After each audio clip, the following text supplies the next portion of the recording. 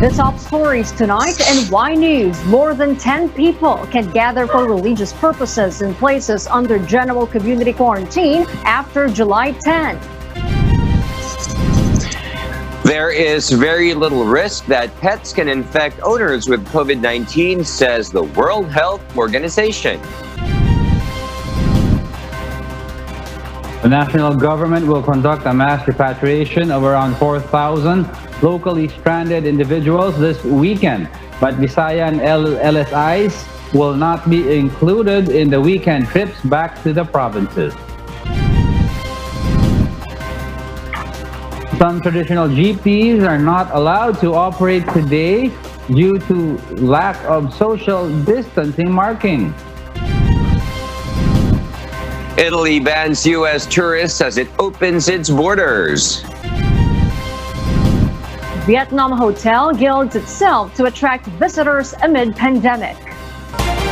Good evening, Philippines and the world. Today is Friday, July 3, 2020. I am Harleen Delgado. Join us in the next hour as we deliver today's top stories around the globe. I'm Angelo Castro III. We are also seen in 1,935 satellite monitoring centers nationwide and via live streaming worldwide through the UNTV News and Rescue social media accounts and our website, untvweb.com. I am William Theo. First in the news, President Rodrigo Duterte signs the Anti-Terrorism Act of 2020 into law, or the Republic Act 11479. This was confirmed by Executive Secretary Salvador Medialdea and Presidential Spokesperson Harry Roque. Interior Secretary Eduardo Año also said the Chief Executive signed the controversial bill into law. Secretary Roque ensures the President, together with his legal team, took the time to study this legislation, weighing the concerns of different stakeholders. Malacanang adds signing the legislation demonstrates the commitment of the administration to stamp out terrorism, which has plagued the country for years. Various sectors and human rights groups and the opposition have expressed concern over the key provisions of the law, which they say violate human rights. The law allows the police to make warrantless arrests and keep suspected terrorists detained for 14 days, which can be extended by another 10 days as authorities build a case and to stop any planned criminal acts. But police and military officials have said there are enough safeguards in the measure to prevent abuse.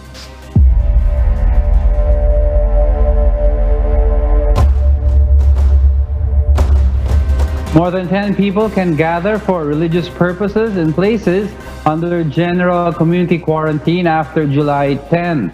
Also, professional basketball and football practices can resume. Rosalie Coast reports why. The Interagency Task Force allows religious gatherings in general community quarantine or GCQ areas with a limit of 10% sitting only after July 10.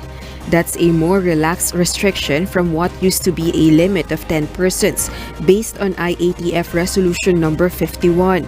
According to Presidential Spokesperson Harry Roque, religious groups must observe minimum health standards such as social distancing, wearing a face mask, disinfection, and hand hygiene.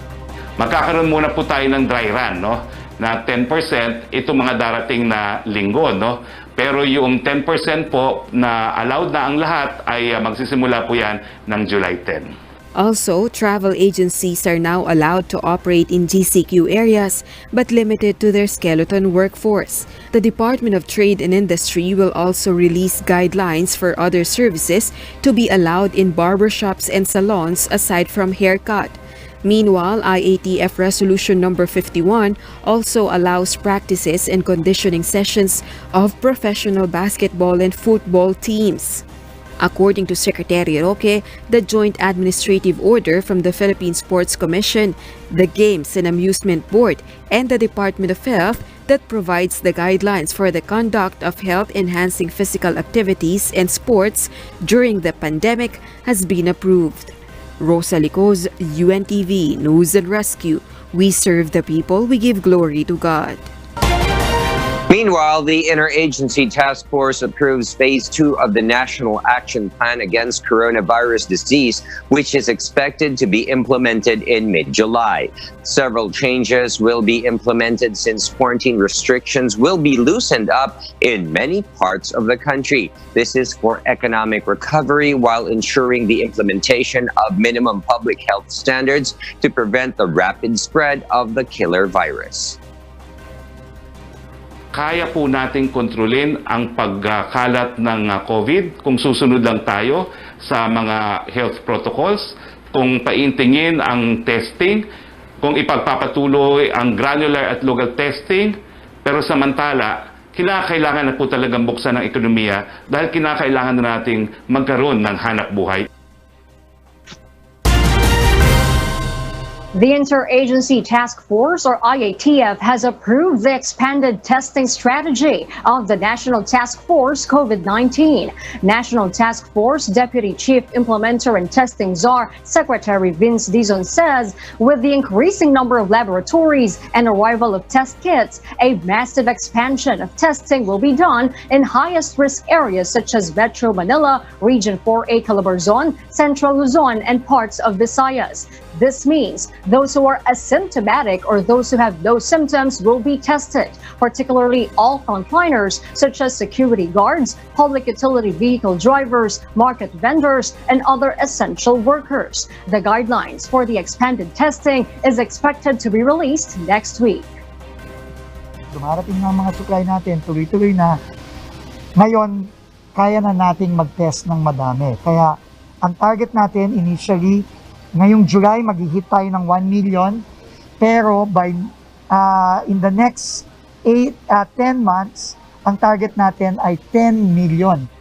In principle, approved na po na we will test beyond those who are symptomatic, pero antayin po natin ang actual guidelines na i-issue ng NTF at ng Department of Health. Meanwhile, National Task Force COVID-19 Chief Implementer Secretary Carlito Galvez says the government is aiming to ramp up the actual testing capacity per day to 32,000 at the soonest possible time from the current 16,000. According to Galvez, they have presented the Phase 2 of COVID-19 plan in the country, which will focus on balancing health and the revival of economy. Ang ating mga lockdowns ay gagawin na natin sa mga building, gagawin natin sa mga blocks, gagawin na rin natin sa mga sitios and barangays. At poprotektahan po natin ang mga business sector, considering that the business sector will take care of their workers at saka yung mga constituents nila. The chief implementer adds they will harmonize the data between the Department of Health and local government units, especially on the death toll. The government is also set to bolster its public-private partnership. Today, San Miguel Foundation has launched its own COVID-19 testing laboratory in EDSA Mandaluyong City. According to San Miguel Corporation President Ramon Ang, the facility has 2 sets of RT-PCR machines and can process 4,000 tests per day and expandable to 12,000 if needed. The laboratory is intended for the testing of the corporation's 70,000 employees. However, Ang said they will also accept swab samples from residents in Metro Manila for lab testing. 2,000 swab test kits have been given to each Metro Manila mayor, which they will process for free. Ang describes it as a game changer, noting that the supplier promised a turnaround time of only 3 hours for the release of results. So far, there are over 70 accredited testing laboratories in the country. Open to all the Metro Manila residents na nangangailangan ng laboratory testing. Dito, wala naman talagang actual swapping kasi magkakagulo dito. Pero kung kailangan, beside this property, meron kami lugar dyan na pwede rin kami mag-provide ng swap.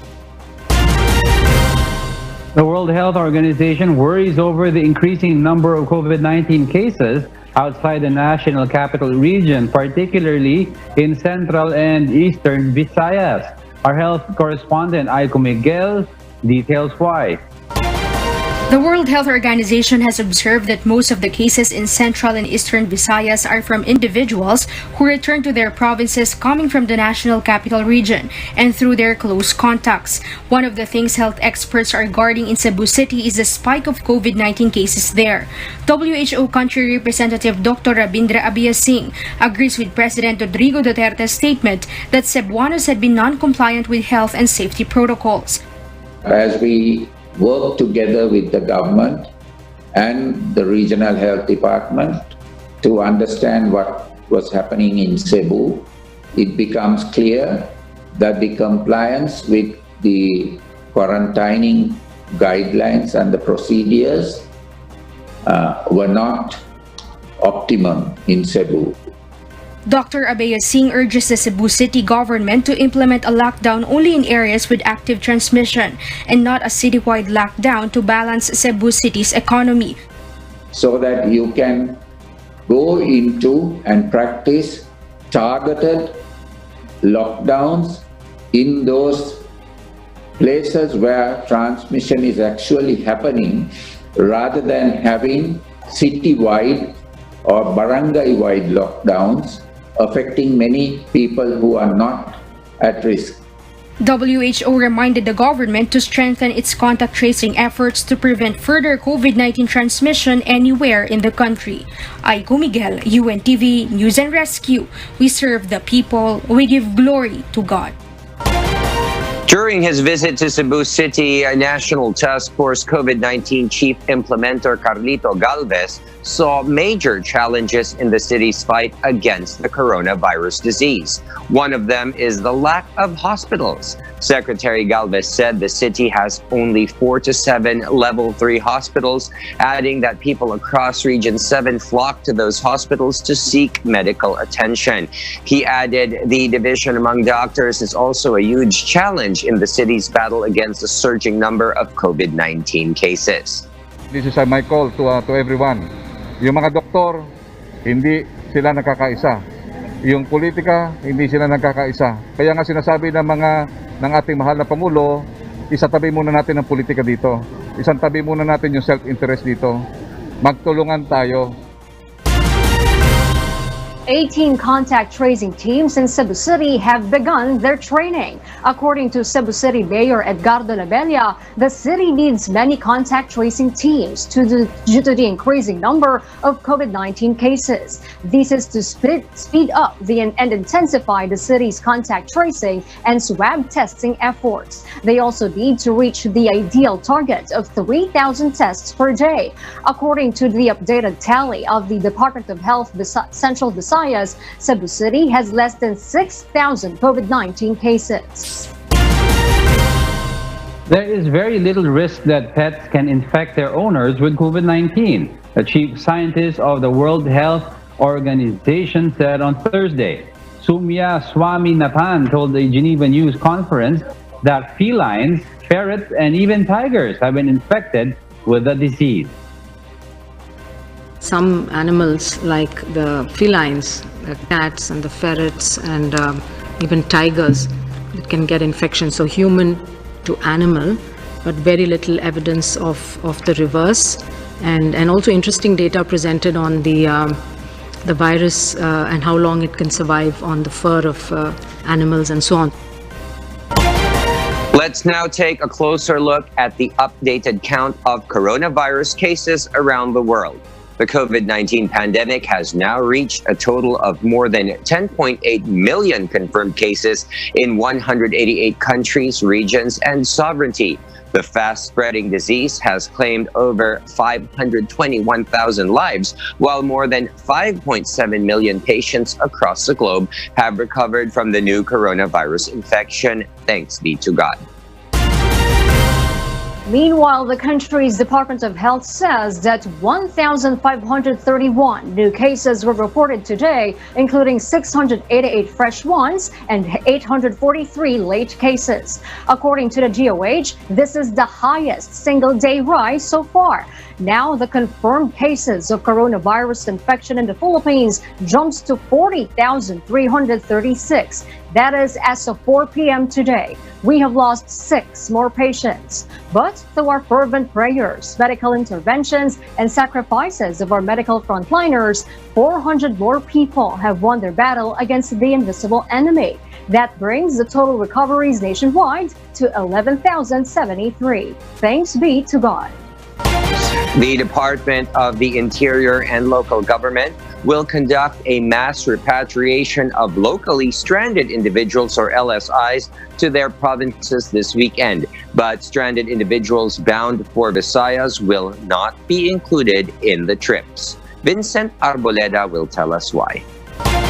Interior and Local Government Undersecretary Jonathan Malaya says it is the right of locally stranded individuals to be brought to their home provinces. That is why the government will facilitate a mass repatriation of around 4,000 locally stranded individuals, or LSIs, back to their provinces through the Hatid Tulong program. USEC Malaya explains the government has allotted 100 buses, 3 ships, 1 train, and 1 airplane to bring these LSI to their provinces. Stranded individuals who live in Mindanao will be sent home first tomorrow, while those bound for Luzon will be scheduled for a Sunday trip. According to USEC Malaya, LSIs who are bound for Visayas will not be included on the weekend efforts as their respective regional interagency task force agreed to defer the arrival of LSIs temporarily. Aantayin na lang po nila yung pag-lift noong suspension ng pagpapauwi sa LSIs, at habang inaantay po yun ay tinutulungan naman po sila ng gobyerno. As precautionary measure to avoid the spread of COVID-19, all locally stranded individuals in Metro Manila are required to secure a health certificate and travel authority. Pagdating naman po dun sa LGUs, they should also do their own checking. They can conduct a PCR test dito sa mga taong ito, or kaya naman po i-quarantine nila para makasiguro sila ng lahat ng mga stranded natin na papauwi ay hindi makakahawa sa kanilang komunidad. If you are a locally stranded individual seeking to return to your home province, be able to secure a medical clearance certificate from the city or municipal health center in your area. Also, secure a travel authority from your local police station. You will have to present these documents at checkpoints during the travel back to your provinces. If you don't have a vehicle but still wishes to return to your locality, coordinate with a DILG or the local government unit so you can be included into the Hatid Tulong program. The government will be the one who will facilitate the vehicle or vessel necessary for your trip home. Vincent Arboleda, UNTV News and Rescue. We serve the people. We give glory to God. More than 100 Filipinos have no choice but to stay in crowded tents in front of the Manila North Port. They even failed to keep a safe distance from one another with their present condition. Now, some of them called on to the government in their provinces for help to go home. Aiko Miguel reports why. Hot, no restrooms to use, no space for physical distancing. This is the situation of locally stranded individuals here at the Manila North Port. Annalisa Cumbao has been staying inside a tent since June 19 while waiting for her trip to Agusan del Sur. She was told she cannot travel unless she takes a swab test for COVID-19. Annalisa has no more money in her pockets. Good thing her fellow LSIs give her food to eat. Her only wish now is to go home and be with her youngest child. Kailangan kasi makauwi, ma'am. Kasi yung anak ko, nabali po yung binte, na-disgrasya ng motor. Hirap na po ako dito, ma'am. Wala na po akong mauwian dito. Umalis na ako sa trabaho ko kasi yung ticket ko, akala ko makakaalis na ako. Yan pala, hindi pala. Kaya, wala akong choice. Dito na lang ako manatili. Sobrang init dito. Hindi ka makakilos. Ang daming ood. Flordelisa Los Santos wants to go home in Bacolod because she has no more job in Pampanga. Nanawagan kami kay Gobernador Lacson na payagan naman po kami na na makauwi sa Bacolod. Hirap na hirap. Ito po, matagal na yan yung iba. Even JR has no more work in Taytay Public Market, so he decided to just return home and work in Cebu City. At 30 po, may nag-text po sa amin ng Tugo na wala kami biyahe ng umaga. Tapos pagdating ng 9:30 ng gabi po, may text pa sa amin, nilansper ng July 2, may biyahe kami, kaya pumunta agad kami rito. Tapos pagdating mo namin dito, wala daw po talagang biyahe. They are calling on the shipping company to help them return home and provide them their trip schedules, adding that they have with them their medical certificate and travel authority. At past 9 this morning, Philippine Ports Authority General Manager J. Daniel Santiago visited and checked their condition. GM Santiago assured they will be immediately assisted as long as they have complete requirements to travel back to their provinces. Pinoproseso natin, yung mga may ticket na at saka kompletong papeles, ipapasok na din natin sila. Bagamat karamihan ng biyahihan nila is Bacolod and Iloilo, na July 12 pa ang susunod na biyahe, dito na muna sila sa loob ng Northport unless mag-decide sila na gusto muna nilang umuwi. Pero they are welcome to stay here. We will accommodate them and we will take care of them. Magpapakain tayo dyan doon sa mga na-stranded dito. GM Santiago explains there has been miscommunication between the LSIs and the shipping company. Ang nangyari kasi dito, baka nagkaroon ng miscommunication dahil yung iba sa kanila nakatanggap ng text mula sa to-go vessel na sinasabing may biyahe ngayon. Totoong may biyahe ngayon pero ang hindi nabanggit sa kanila na hindi magbababa ng tao sa Bacolod at Iloilo. Yung mga Cagayan, tutuloy sila. GM Santiago reminds Filipinos to be sure they have booked their tickets and they have a scheduled trip before going to the port. Kung walang ticket at alamin nila kung may biyahe o wala, wag muna silang pumunta dito kasi nag-abiso na tayo na dahil nga walang biyahe, wag munang pumunta dito. GM Santiago assured help will come to those who have no ticket but are already at the Manila North Port. Aiko Miguel, UNTV News and Rescue. We serve the people. We give glory to God. 33 barangays in Butuan City will remain under modified enhanced community quarantine or MECQ until July 15. Authorities will continue to monitor the residents' compliance with the wearing of face coverings, physical distancing rules, and the color coding scheme for home quarantine passes. The Regional Task Force on COVID-19 One Caraga Shield has extended the MGCQ after the local government's appeal. Those barangays include Barangay Ambago, which now has 4 confirmed cases of coronavirus infection. Now, the local government calls on residents to stay at home and strictly follow the health protocols. Residents in 31 barangays in Manila City will not be allowed outdoors starting midnight of July 4 until 11:59 p.m. of July 5 due to a hard lockdown. One of those barangays is Barangay 20. Now, officials of this barangay admits they can no longer provide assistance to their residents. Dante Amento tells us why. Barangay 20 Chairman Brian Mundihar says they can no longer supply relief assistance to their residents due to lack of budget. Barangay 20 is the first barangay in Manila City that had been placed under lockdown due to a high number of COVID-19 cases and violations of quarantine protocols. Currently, it has 70 confirmed COVID-19 cases with 34 active and 2 deaths. And this weekend's lockdown will be its 3rd time. We're doing something with the council kung ano ba. Pero said na ang barangay. Mundihar believes majority of his constituents already have income at this point since Metro Manila shifted to general community quarantine.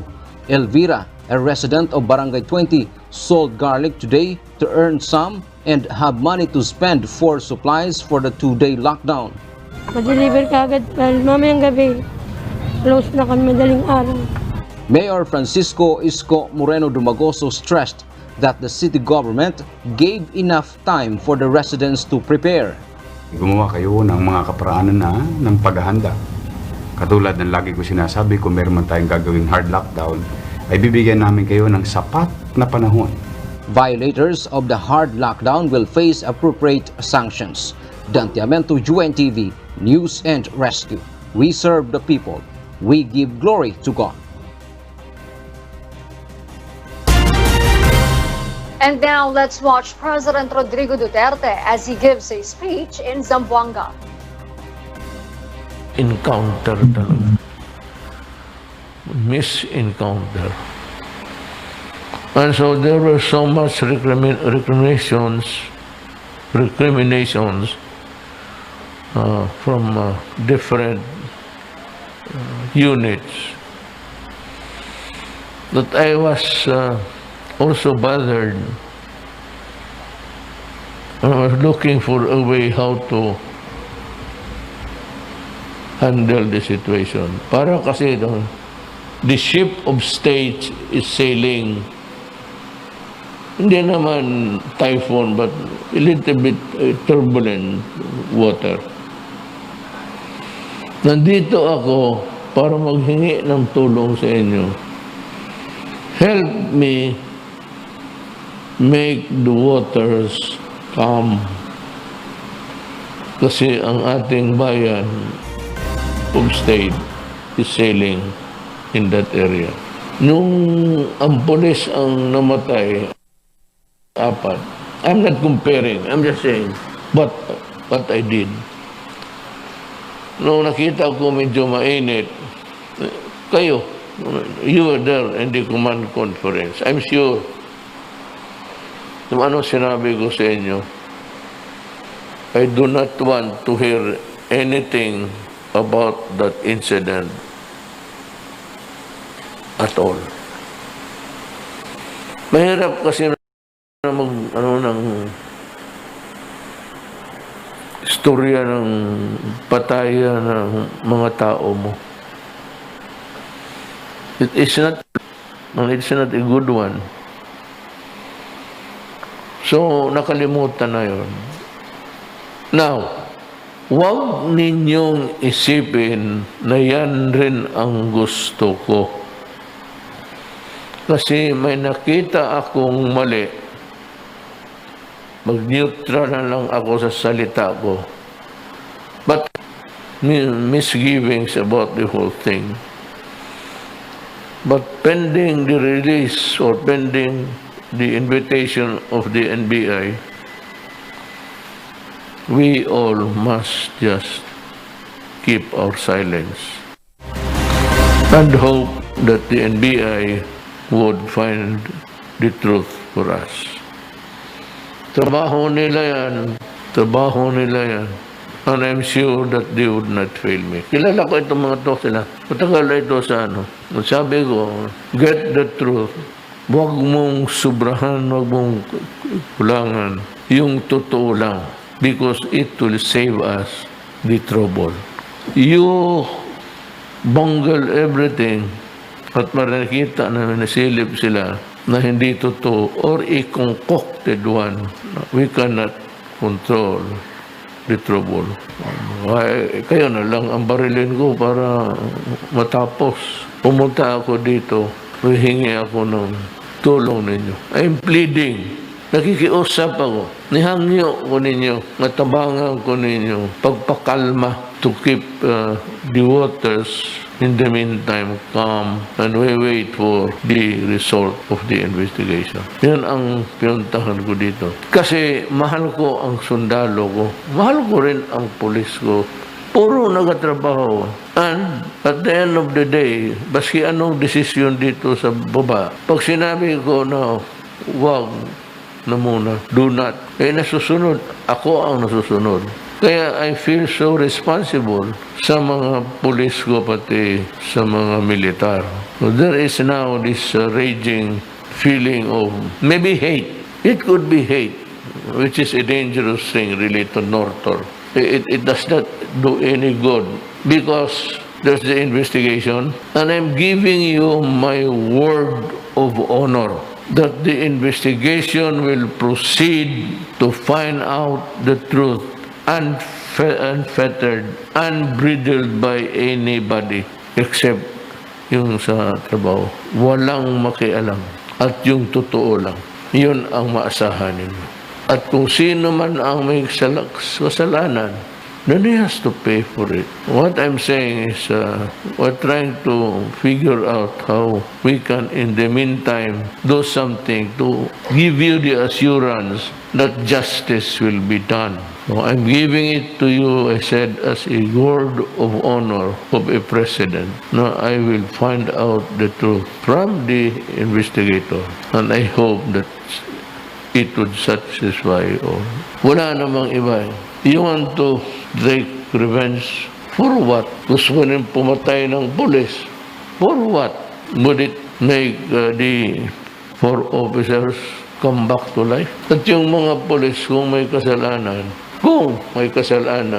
hindi hintayin natin. At pagkatapos, they will be prosecuted, either a court-martial or a regular court. Wala akong pakialam. I said, I do not. Matanong ninyo baski sino, baski kayo mga opisyal. There never was a time na may hiningi ako na pabor ng ganito.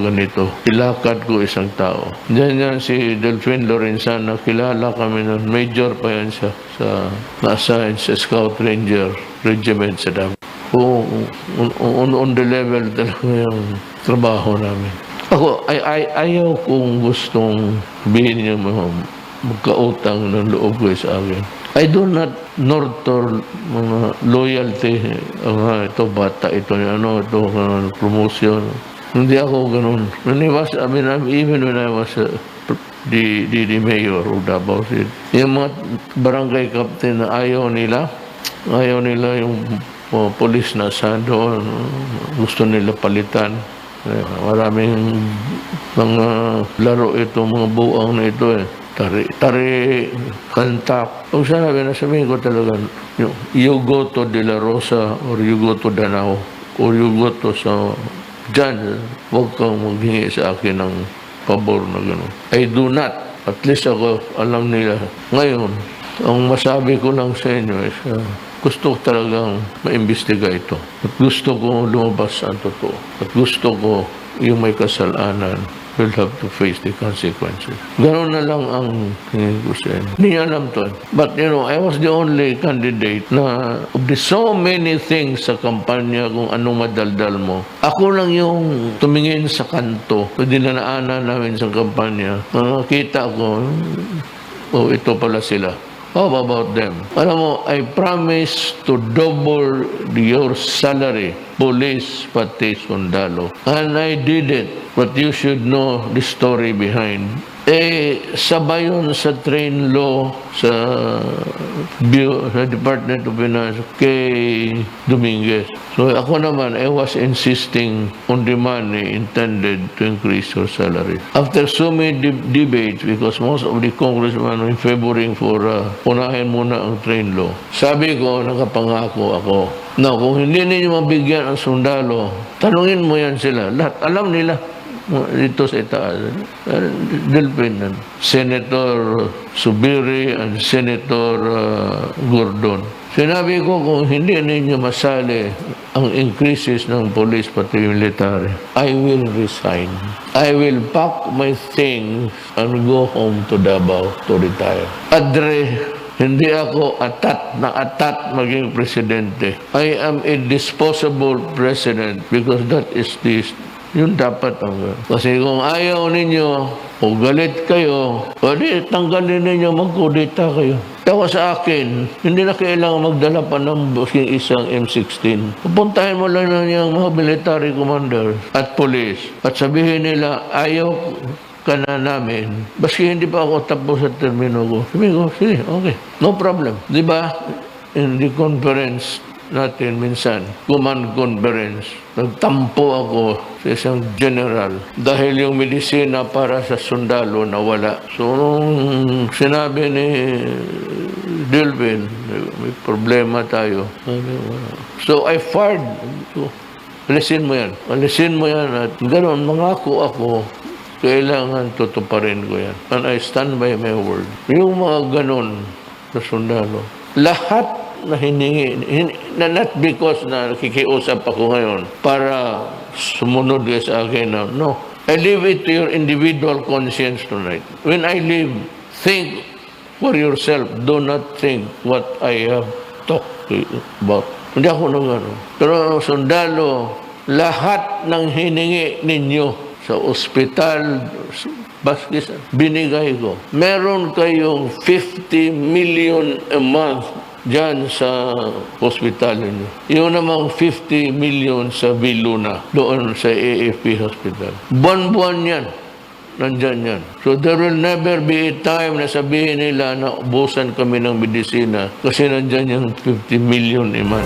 You just heard President Rodrigo Duterte talking to the government troops at the Edwin Andrews base in Zamboanga City in connection with the shooting incident in Holosulu last Monday that killed 4 members of the Philippine Army. The president called for calm to the members of the police and military pending the results of the investigation being conducted by the NBI or the National Bureau of Investigation.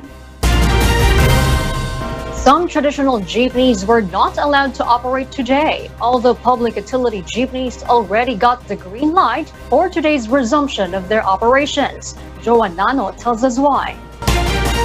Although thousands of traditional jeepneys were allowed to resume their operations today, several jeepney drivers in the Quezon Avenue Santa Mesa Manila route were prohibited by the Land Transportation Office to get back on the roads due to lack of social distancing measures on their vehicles.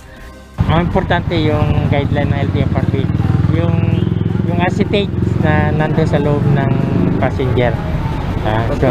And then the social distancing na kung anong nakalagay doon sa body mark niya na passenger, kung 10, we only authorize 50% ng pasahero.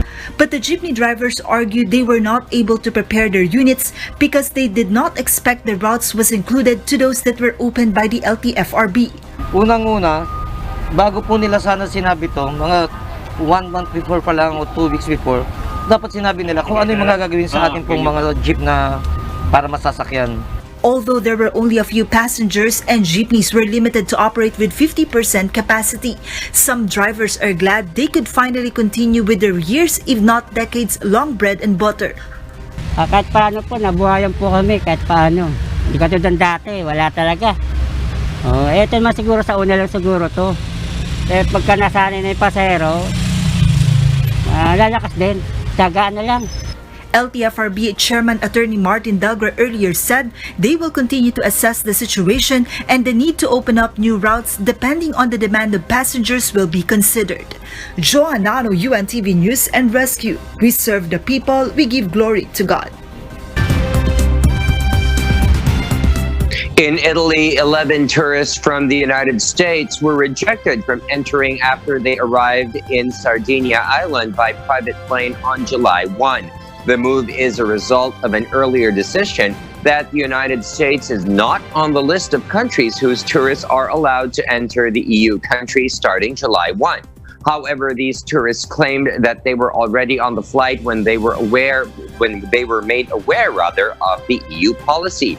5 of them, who are Americans, still did not get the permission to enter Italy, while others had to be quarantined for 2 weeks before continuing their tours in Italy. Even though the United States is one of the main sources of European tourism, its bad performance on battling against the COVID-19 pandemic makes EU countries worry. U.S. tourists may not have the opportunity to come to Italy this summer.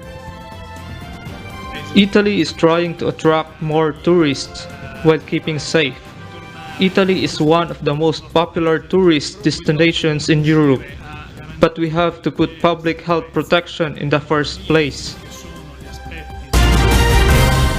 Meanwhile, in Brazil, researchers at the Federal University of Santa Catarina said on Thursday that they had detected the presence of the virus that causes COVID-19 in their wastewater samples collected on November 27, 2019 in Florianópolis, capital of Santa Catarina in southern Brazil. According to the findings published on the preprint server medRxiv, the virus has been circulated in Brazil since late November last year. That's 2 months earlier than the first reported case in the United States on January 21, 2020, and 3 months earlier than the confirmed cases of COVID-19 announcement by the Brazilian government at the end of February. The study notes that the virus appeared in Brazil over a month earlier than the first confirmed case that was reported worldwide. Professor Ghislaine Fongaro, a co-author of the study, said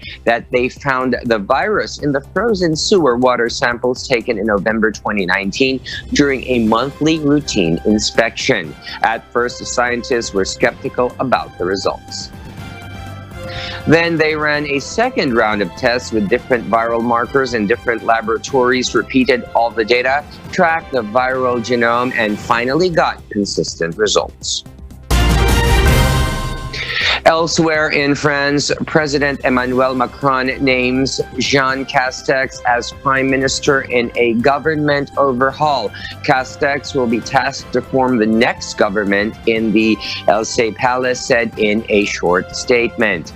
Castex is top civil servant and local mayor who orchestrated France's exit from its coronavirus lockdown as Prime Minister in a high-stakes cabinet reshuffle. He replaces Edouard Philippe, who resigned earlier today. Questions over Philippe's job have swirled since mid-June when Macron declared he wanted to reinvent his presidency. In French government reshuffles, the Prime Minister tenders his or her resignation ahead of cabinet appointments, but still can be renamed to the position. It was not immediately clear whether Philippe would be called upon to form the new government. Professional American football team Kansas City Chiefs clarifies there's no field naming rights deal in place for the 2020 season. Also, Fedex Corp asks Washington Redskins to change their name. Miguel Rey de Leon tells us why. Fedex Corp, as key sponsor, has asked the Washington Redskins to change their name. This adds to renewed calls for the National Football League or NFL franchise to be rebranded. Under a 27-year deal, FedEx has the naming rights to the team's Landover, Maryland stadium known as FedEx Field. FedEx declined to elaborate on why it made the request. Critics have intensified pressure on the team to change its name, which is seen as a racial slander against Native Americans after the death of George Floyd in police custody provoked massive protests for racial justice across the United States. Redskins owner Dan Schneider has previously said that he would not change the franchise name, the topic of fierce debate for years. The team did not immediately respond to a request for comment. Meanwhile, Nike appears to have removed Redskins' name from its website Thursday night, hours after team sponsor FedEx publicly called on the franchise to change its name. Nike did not immediately return a request for comment Thursday. Meantime, the Kansas City Chiefs, which claimed the Vince Lombardi Trophy in February, released a statement that there has never been nor will ever be a field naming rights deal in place for the 2020 season. Neither the Chiefs nor its partner GEHA, a not-for-profit provider of medical and dental plans for federal employees, are focused on the field naming rights at this time. This statement comes after an incorrect media report. Miguel Rey de Leon, UNTV News and Rescue. We serve the people, we give glory to God. A five-star hotel in Vietnam's capital Hanoi has launched with a luxury twist. Here's why from Nina Armilio. Dolce Hanoi Golden Lake Hotel hopes to lure guests as Vietnam's tourist sector slowly reopens after closing during the coronavirus pandemic. The hotel marks a contrast to some of the weather-worn Soviet-era buildings nearby. At the moment, there is no other hotel like this in the world, said Nguyen Hu Duong, chairman of the Hoa Binh Group. Inside, guest rooms, bathtubs, and wash basins are gilded. Duong says it also comes with a 24-karat gold-tiled rooftop pool. A stay at the five-star 342-room hotel comes at the price of at least $250 per night. According to Duong, the hotel was completed in just 18 months. Vietnam has been successful in containing the coronavirus outbreak with only just over 350 cases and no reported deaths. Duong said if it was not for the pandemic, the hotel should have been fully booked by international guests. Around a ton of gold was used to cover the hotel, said Duong, who is a Vietnam War veteran and came from humble beginnings as a cyclo driver before making a fortune in construction and property. He said the hotel is a part of a tribute he continues to pay to his army comrades who died in the Vietnam War. Duong is also planning gold-plated projects in Ho Chi Minh City and a resort in central Vietnam. Nina Armilio, UNTV News and Rescue. We serve the people. We give glory to God. And those are the reasons behind the news, July 3, 2020. I am Harleen Delgado. We serve the people. We give glory to God. Reasons we deliver to you as they unfold. I'm Angelo Castro III. And I am William Theo. Because we need to know, we will always ask why. Have a great evening and happy SPVV, everyone.